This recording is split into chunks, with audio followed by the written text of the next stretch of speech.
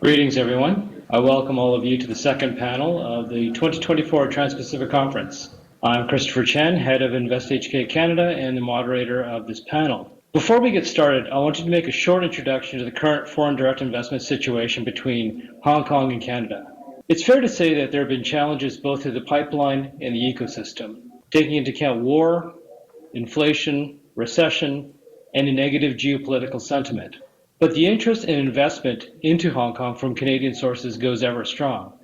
And we attribute that to the long-standing relationships between Canada and Hong Kong that, frankly, other jurisdictions of Asia see with envy, whether this is based on history, familiarity, or in many cases, just family connections. We are proud to be stakeholders in this relationship. Hong Kong plays a role in Asia and Canada as a super connector, identifying collaboration points between multiple interests across many industries and regions of Asia.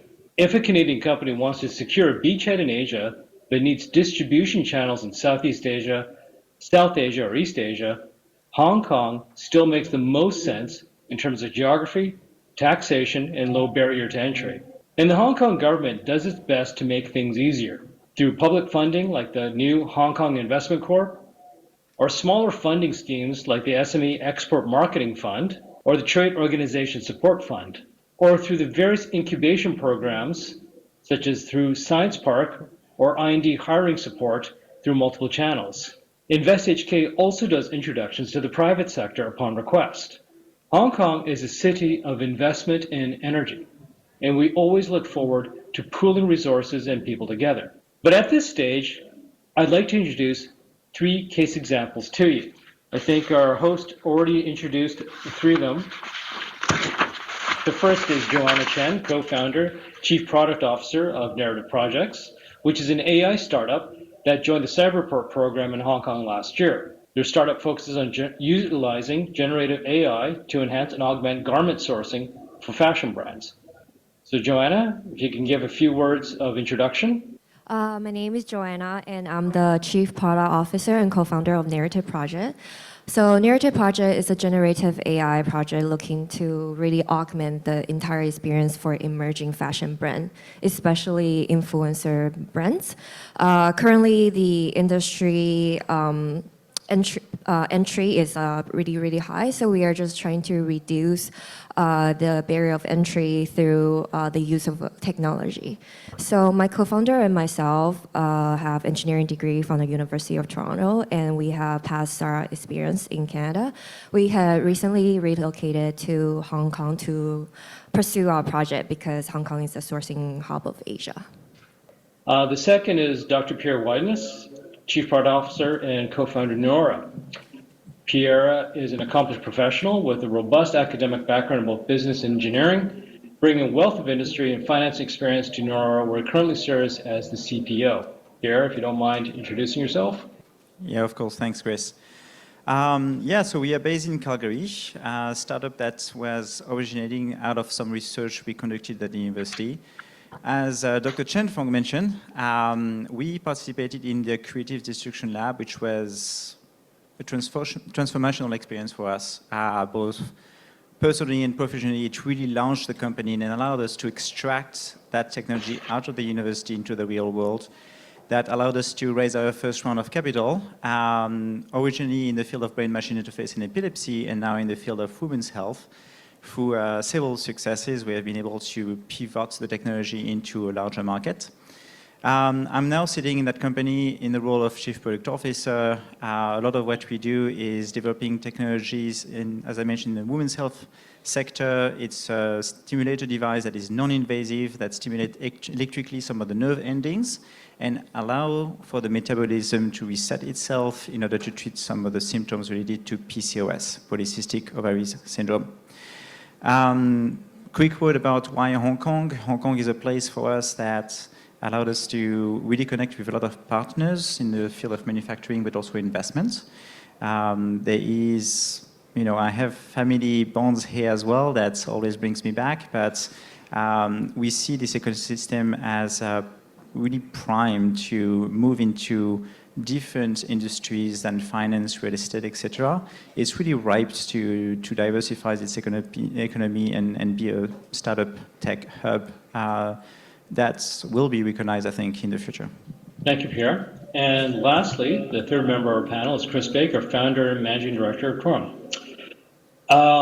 Chris has lived and worked in Asia for over 20 years and has helped hundreds of global brands enter and grow into Asia, while at the same time working with Asian brands to expand regionally and globally. So Chris, a few words.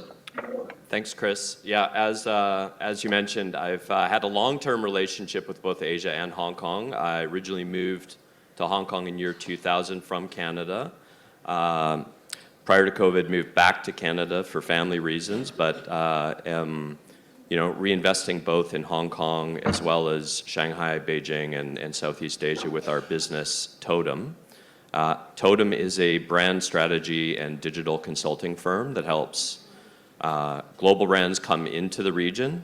China has historically been a major focus for us, where we've helped brands like LinkedIn, Intel, Salesforce in the technology space, as well as well-known consumer and retail brands like Nike, New Balance, Inditex, amongst a lot of others, build their plans for the region.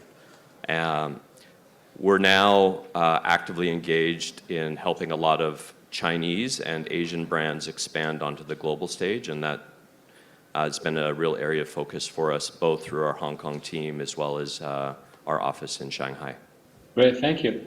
So a little bit of ground rules. We do have a number of questions that we are quite keen on asking the three panelists, but if there are questions from the audience, please don't hesitate to put up your hand, and I'm sure our staff in Hong Kong will be happy to offer the microphone. For those online, feel free to enter your questions into the chat, and we'll do our best to get to them. And in the meantime, I'd like to kick this off with a bit of a macro view. I'd like to address this first one towards Chris. Looking from Canada, we can see a slowdown in the overall Asia-Pacific or Chinese economy. Can you please put the slowdown into the mainland's economy into context? What do growth products look like for China in this context at this moment in time? Yeah, so certainly China, it's an area of real focus for us. Every year we do collect data and do reporting on the state of the economy for the purpose of marketing decision makers who need to plan out their growth in that market. And post-COVID, there's been a real slowdown. 2023 was a year that everyone was sort of just waiting for the takeoff and return to pre-COVID levels, and that didn't really happen in a significant way. 2024 looks to be kind of a similar year, if I'm honest. We recently concluded our survey of brand leaders, where we had about 100 chief marketing officer and digital directors respond to our survey. And there's definitely a decline in sentiment, but to pull it back and look at the overall market, it's still the second largest economy in the world, and from a marketing point of view, for global brands that are looking to grow and expand, it's still an incredibly important market and offers a huge amount of growth, especially when measured against the rest of Asia, where it's really hard to find a market of that scale in the rest of Asia that you can continue to add budget and grow significantly into. So it still represents one of the strongest opportunities for growth in the region, but I think we just need to manage expectations slightly lower than we might have done, let's say, 5 to 10 years ago, where a lot of brands could go into that market with relatively unsophisticated, blunt strategies and do really well. Now those strategies need to be much more focused and much more probably lean, for lack of a better term. Great, thank you.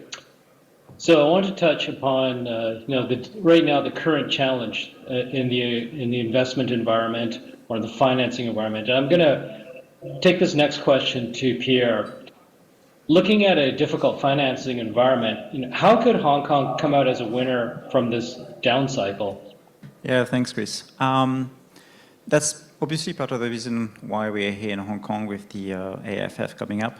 COVID has been hard for many industries, including financing. Typically and historically, Canada will always look south when they think about getting capital.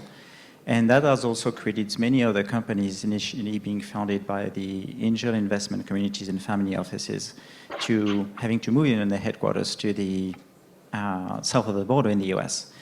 That creates, a lack of opportunities for Canada in the long term, and we see a lot of brains and opportunities going south. And over the years, especially the last years, we have seen that slowing down because the capital in the US is not as present as it was before. A lot of people see that there is a lot of risks, and we see some VC funds actually closing doors. And when we look at other opportunities from Canada, where do we look at? For us, CDL has been great for us to start with, and over the years we have had HKCBA and HKTDC supporting us into thinking, hey, look west, there is more opportunities there potentially for you. You're in the healthcare space, Hong Kong wants to develop that segment. Our technology is actually leveraging some electroacupuncture principles, which Asia is very familiar with. What about you think about exploring these opportunities? And so over the last years, we have looked at seeing how we could develop further technology here, manufacturing here, taking advantages of the market, thinking about the GBA, so the Greater Bay Area. Hong Kong has its own regulatory system when it comes to medical devices, which could facilitate our entry to markets, but then that could extend commercially to the Greater Bay Area. So you take the non-dilutive financing pieces that the government has put together in order to help startups move to Hong Kong or do business here, and then we are just looking for that third pieces, which is local capital, to help us assemble all these pieces of the puzzle together and actually make all these promises and dreams a reality. So looking at the environment today, going back to your question, Chris, we see that there is this flip that can happen for Hong Kong, taking advantage of some of the countries that we're now looking at investing and all the risk and not being sure if some of the innovation that they are seeing out there is the right thing to do. And really for Hong Kong to double down, I think, in taking over some of the market shares in innovation and becoming that center that in a couple of years we could be, every time you think startup and innovation, you think Hong Kong, you don't think San Francisco, let's say, anymore. Great, and it's definitely a statement that could probably be challenged in a lot of parts of North America still. So I want to slide the questions from the obstacles and the challenges of the current environment to the positives, to the advantages. And this is a question for all three of you. Why Hong Kong? Why go to Hong Kong to kickstart your business? And I think I want to start with Joanna, and I think for Pierre, but for Joanna, it's like, why did Narrative Projects decide to start in Hong Kong? And why Hong Kong for a medtech company for Pierre? And for Chris, why Hong Kong as opposed to other markets in Asia Pacific with perhaps equally strong opportunities? But I'd like to start with Joanna. So commercially, for us, it makes sense to be in Hong Kong to have access to all the garment sourcing companies and to be in GBA with all the garment manufacturing. For us, the product needs to be successful. We need to start fine-tuning a lot of GPT models with industry or domain-specific data, which are there's abundant here, right? And in Canada, there's obviously a lot of tech talents, but there is no manufacturing, there is no sourcing. So commercially, it makes a lot of sense for us to really just relocate here and really think about how we are able to leverage these resources. And on top of that, there are a lot of grants that are available for early stage startup like us. which is, in a current environment where capital is more constrained, it's time for us to put our heads down and leverage this grant to really start building our product. So when things turn around in a year or two, hopefully, we have a product that's ready to scale and ready for capital. And I can take over on the medical side as well. So I talked a bit about regulatory and manufacturing opportunities, and obviously that's why a lot of companies come to Hong Kong as a gateway to China and Asia. Dwelling a bit more into that, for us, an organization like HKSTP, so the Science and Technology Park, that has a campus here in Hong Kong that supports companies in the development space, align that with grants that base for the staff, basically to work with startups into developing the next generation products. And then having a secondary campus that is more in the Shenzhen area and that allows you to make the direct link with manufacturing. That's gold. I mean, we will never, ever enter the Chinese market if we do not have the right partner. And here there is a potential opportunity with a group that has deep roots into the ecosystem to actually just offer that golden plate and be, hey, we're going to help you. So when you think about innovation, and I think it's all across the board, not only medical devices, this is perfect. The second aspect, I mentioned regulatory. So in terms of regulatory for us, I think we have to be careful what we look at when we think about medical devices. We are what's considered in the US, for example, a class 2 medical device. So there are existing predicates that we can leverage. It's not something that is invasive. We can sell directly to consumer.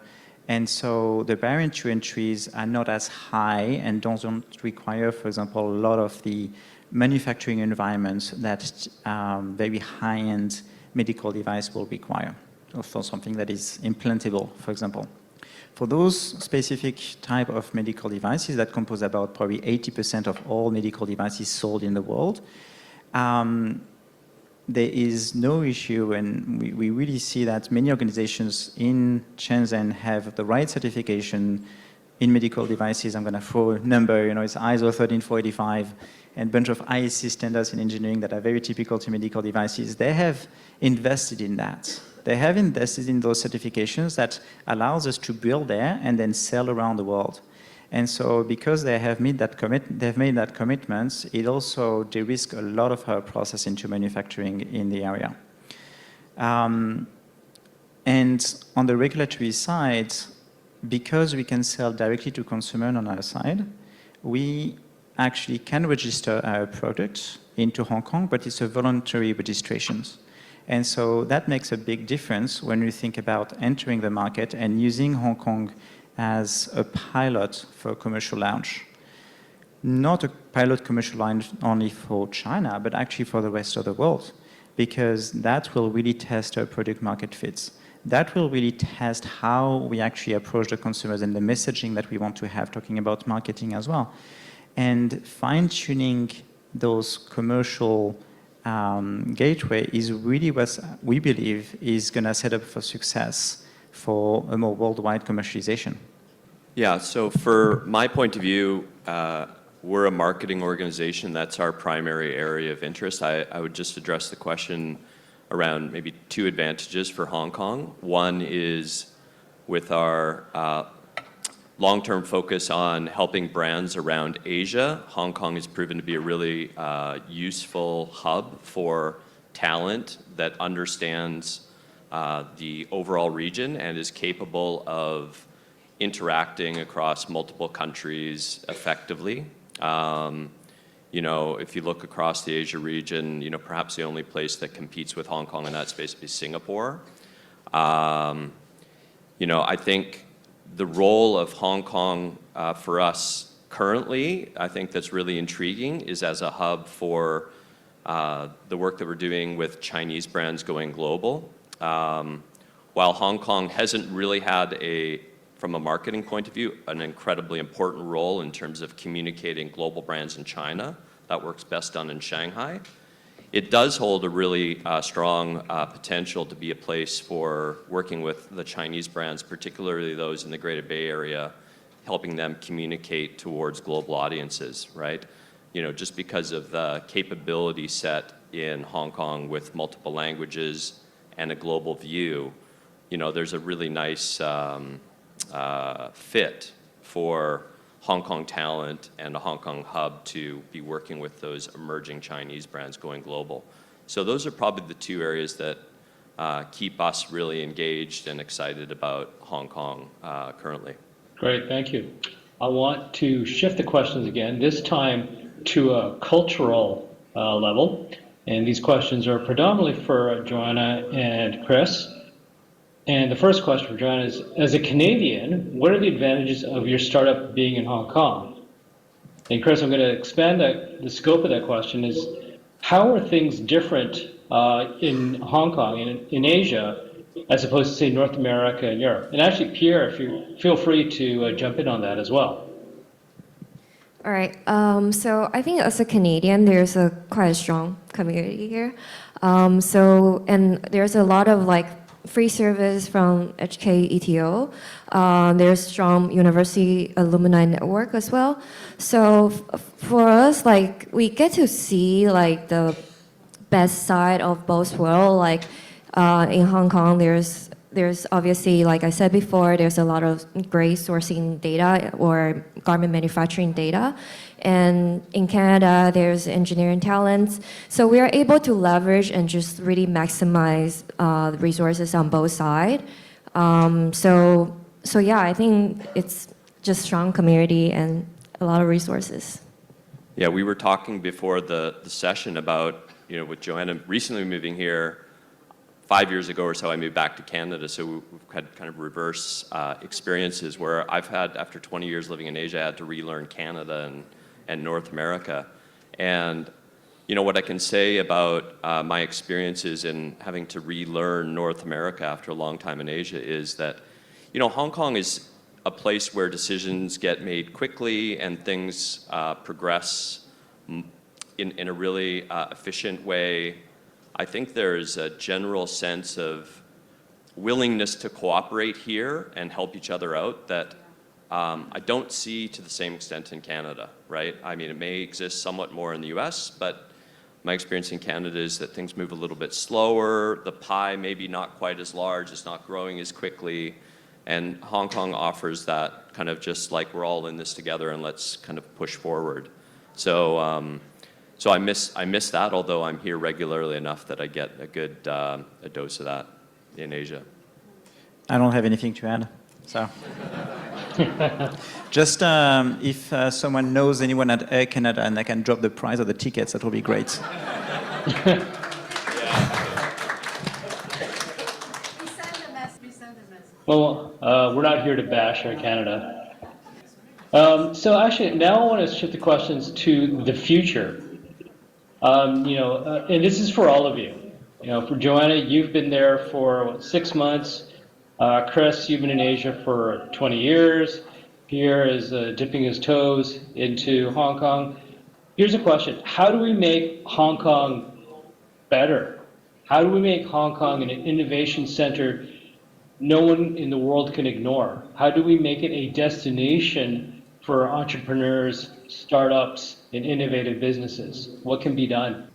Well, I can offer a bit of insight. I mean, I think, Hong Kong has this great kind of vibrant core to it, right? And I think it continues to reinvent itself. In 20 plus years of being really involved in Hong Kong, I've seen it go through multiple transitions. When I first moved to Hong Kong in year 2000, it was a place where we had multiple leading industries, and I think over time, some of that's kind of shifted to the mainland or other parts of Asia.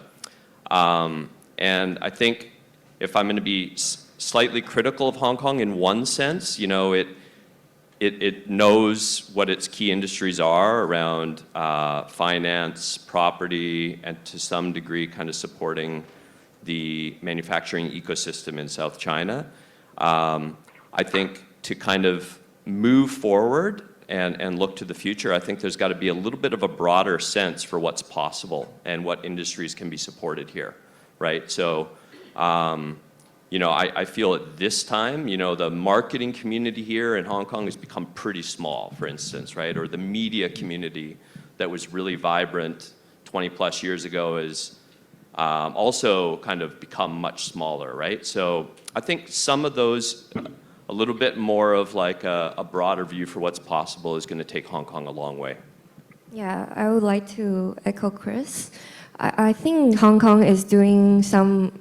There's a lot of things that Hong Kong is doing right in terms of attracting entrepreneurial talents or innovative projects. However, I would say like for Hong Kong to really strive to be like a leader in terms of innovation, it will really need to have to start making some bolder moves. So VC here operates more or less like with like a P mindset, which is understandable in today's market, but really to set itself, really stand out from like the not even Asia or entire global sense that there needs to be like a lot of bets into like earlier stage startups and just a lot of like different technology, right? Like branching out the brackets. Yeah, exactly. I think, when you think about, I mean, I'll talk for myself, and please correct me if I'm wrong, but when you think about the accelerator, for example, in China or Hong Kong in general, you go to the webpage and you have this general feeling that all the companies they incubate are actually coming from China or Hong Kong. That it's not like companies coming from the outside to be successful in bringing things to Hong Kong. The same way that, for example, you think about textile or Y Combinators, where companies all around the world or startups all around the world come to them. I think we need to see more of that. And I think in that sense, I think people from Hong Kong are a bit the Canadians of Asia. They don't like to brag too much. You don't say sorry as much as Canadians do. But, take, like, what people in Hong Kong are doing is amazing, and you need to brag about it. Because there is really a need for people around the world, I think, to hear of what is happening here and see that, yeah, it's actually possible. They can make it work in Hong Kong, and it's going to be beneficial for their life and for the companies, and there is an opportunity for the community to get together and be successful. I will definitely echo what you said about risk-taking, basically, and willing to invest in industries that typically Hong Kong is not necessarily familiar historically with. I really think there's the gold nugget that is presented to Hong Kong, and it's just going to be a question of is the community catching it or not? Now is the time for sure. Thank you. One last question for me, and then I'd like to let the audience take a crack at the panel. And the question is actually on the personal one. Joanna, you've been there 6 months. Chris been there 20 years. Pierre, again, dip your toes. What about Hong Kong makes it special? What makes you get up in the morning? What about Hong Kong makes you smile? Well, for me, the dim sum wakes me up in the morning on Saturdays and Sundays. And I think it's a change from like Canadian winter, right? I live in Canadian winter for a long time, and it will be probably minus 20 right now instead of 10. So this is a great change. Yeah, I mean, similar actually, right? Like when I moved here out of university and got hired, I felt like Hong Kong really brought me awake and brought me kind of where I wanted to go with my career as a younger person. Yeah, just the energy of this city is infectious, right? And I think if you're geared towards wanting to kind of get ahead, this is a place that kind of really rewards that passion and excitement, right? So that's the main thing. And of course, the food is fantastic as well, but yeah. I agree with all that. For me, I will just add, every time I send pictures of Hong Kong to my friends and I show them how much nature they are around, they're like, are you in Hong Kong, really? Because when they think of Hong Kong, they think of a big city. They don't think of, 75% of the territory or something like that being just nature and reserves and things like that. That's also very attractive, especially when you come to Canada and you are used to the big space and nature. I think it makes you feel a bit home. But yeah, the food, the culture, there is definitely a sense of, you walk in the street and you feel there's an opportunity to do something about your day, something new that you don't necessarily have done before, and that feels good. Thank you. Thank you to all three. At this stage, I guess I have to relinquish the moderation of the panel to those who are actually there in Hong Kong. If there are any questions from the audience, I'd like to invite our Canadian Chamber or InvestHK or support staff to help with the microphone. Hi, Andrew Work, Executive Director, Self Storage Association Asia. I mean, in the sector that I'm working in, self-storage, we've had institutional investors coming in. Warburg Pincus and Blackstone have put huge amounts of money into Hong Kong. Found Partners International in Switzerland. And yes, Brookfield, Canadian company, put piles of money into Hong Kong industrial real estate in self-storage. Do we need to maybe stop wringing our hands about the political situation?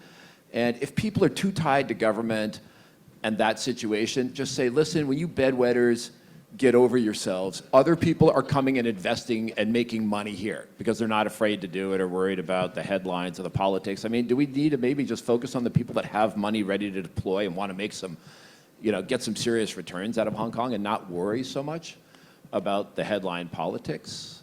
Is that maybe a better approach and just kind of okay, you guys, go home. You don't have, and just focus on the real money. No, nobody wants to touch a politics question, right? No. I'll answer. Sure, yes. I'm happy to answer that one. I mean, I'm going back to Canada for sure, so, No, seriously speaking, I think it's for how many years have we heard about that? Yeah, and even that, there was something else to be complaining about.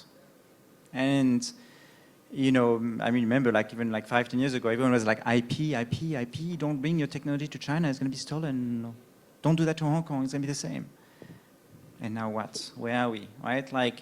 There are so many things we can be worried about. I think it's always important to differentiate what is politics from the economics. And in terms of politics, there is the rhetoric of the governments, and that's not only China, that's all governments together. And then there's just the reality.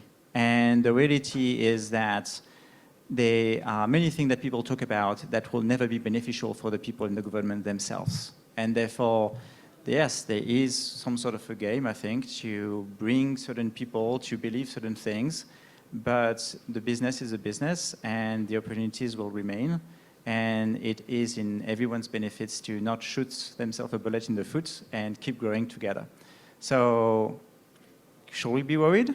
Yeah, we should obviously keep an eye on the news, but should we stop from taking risk and doing what's good for the missions we have? I don't think so. And so, on my take is that we'll keep exploring partnerships and never be afraid of that for sure. Yeah, maybe just to add a perspective on this, right? I think Hong Kong cares about Hong Kong politics more than anyone else cares about Hong Kong politics, right? So, these are the dialogues that take place in Hong Kong, but I think for whether it's from overseas, from China, I think, those decisions probably are going to get made pragmatically, right, around the opportunities that exist here, right? And, I spent a long time in Beijing as well, right? I lived in eight years in Beijing, and, while I'm critical of some things there, at the same time, their government is moving things ahead in a way that works for them, right? And, and there's a considerable opportunity there for, companies that want to invest. So, yeah. Dave Armitage. Just more of a comment than a question, if you want to feel free to add onto it. Or if the audience out there back in North America is looking for opportunities out here, one of the headwinds that I'm coming across, my company takes North American primarily software services and packages it and sells it on to clients here. And we're getting a lot of headwind from American companies that are restricting Hong Kong specifically, targeting Hong Kong not to allow IP address ranges, forcing us on whitelists, all sorts of different methods of slowing down technology. And this isn't even just big, important, dangerous technologies. This is simple stuff, archiving. So Canadian companies can get a jump out in this region by looking past the politics and looking at the market itself. The one country, two systems is real, despite what they're hearing back in North America. It does exist here. It's not going away because it's in China's best interest to enforce it. And there are increasing opportunities to expand your services in this region and take a jump on the Americans, something that'll encourage some Canadians to do just on that alone. Hi. As you know, the FDIs, which is foreign direct investments into China, is now at all-time low. Do you think, how are we going to actually, it obviously has affected Hong Kong as well. How do you think, we should actually convince, let's say, Canadians to come invest in Hong Kong and maybe not into China at the moment? What do you think? A name that always comes to mind when I think of this is Ray Dalio, that you may be familiar with. He talks a lot about the relations between North America and China and the investments. One of the things he has said recently is cash is king. And cash is king because you don't know really where the economy is going to go, and it's just a cycle. I'm not too worried about this cycle being low. It's going to come back. And, again, going back to maybe what we have mentioned before, and it's really about Hong Kong getting ready and taking the risks. Like, why would you invest in a community if the community doesn't take the risks themselves? Like, why would an investor invest in any startups if the founder of that startup did not put their skin in the game and maybe their own pennies in the companies first? I think maybe to answer partly your question, that's what other investors need to see from the outside, is that Hong Kong not only say, we are ready to receive your investment, but we are putting the money where our mouth is, and here's what is working. Now, if you do that as well, all together we can be successful. And I'm not saying Hong Kong is not doing that. I'm talking more about the deep tech spaces maybe, and in my domain, healthcare, etc. Right? So I think showing the example that way and bragging about those stories is what Hong Kong needs to do, and get ready for when the cycle is coming up, because it's going to come. It's just how cycle works. Yeah. I mean, I'm an entrepreneur, so I have to be a delusional optimistic by nature, right? That's what I need to be. Rosemary. And I'll just add, because, we need to be and remain a super connector. Okay, so final question. So thanks, Chris. So you had mentioned, so this is for any one of you that has a great story. There's so much great help in Hong Kong from different government organizations, whether it's Hong Kong ETO or Invest Hong Kong or Hong Kong SDP. Can one of you tell us a story of a specific thing that any of those organizations has done to really help you? Yeah, so when we were back in Canada, we were able to connect with Invest HK and Hong Kong ETO office. And they actually provide a lot of help in terms of, like, for example, my work visa application in Hong Kong. They jumped up a lot of connection for us, so they are definitely a super connector. And we would get invited to a lot of work-related events, join panels. So I think without this, it would be hard for someone that doesn't really have like a strong connection to Hong Kong, and then that has really, really helped to just start to get to know people, feel the industry out, and then apply for government grants such as Cyberport. Yeah. On our side, it started before COVID, and it was thanks to HKCBA. We participated in a pitch competition, won that competition, and the prize was fly to Hong Kong and get to meet the community and do business. And then COVID happens, and so I was ready to book my tickets, and they were like, well, hold on, because there was this global health conference happening back in 2020, and that was just all completely canceled. So we had a few partners already in around Shenzhen and Hong Kong areas, and we kept working remotely with them, but obviously the activity was slow. And then when things started to reopen, and we saw that this global health conference was reopening in 2023, I emailed Ben, and from HK CBA, and I told him, hey, do you think you can still honor your promise from the pitch we won 3 years ago? And he said, yeah, sure. And from there, we ended up, commuting a bit more to Hong Kong. We got also more connected to HKTDC, invited in events in Calgary, in Canada as well. And then, even this trip is being supported financially by them. And so these connections and that we were able to make, not only with the community here, but also the community in Canada, from people that believe in that connection between our two countries, is so critical, and they are still helping us today, and without them, we will certainly not be able to be here. Yeah, I mean, just a brief word from us. I mean, we haven't been involved in any specific programs from the government, but to pull it back again, like one of the greatest things that the government of Hong Kong can do and does currently is make for a really efficient, clear operating environment for companies, right? I mean, taxes are great, the operations are super efficient and things work, right? And I think that above all is sort of, the support that I think is most valuable for us as an organization, but also with a lot of the companies that we work with. Thank you all so very much. I believe that's the cue for the end of this panel. And I would like to thank Chris Online for hosting this panel. Also thanks to Joanne, for Pierre, and Joseph.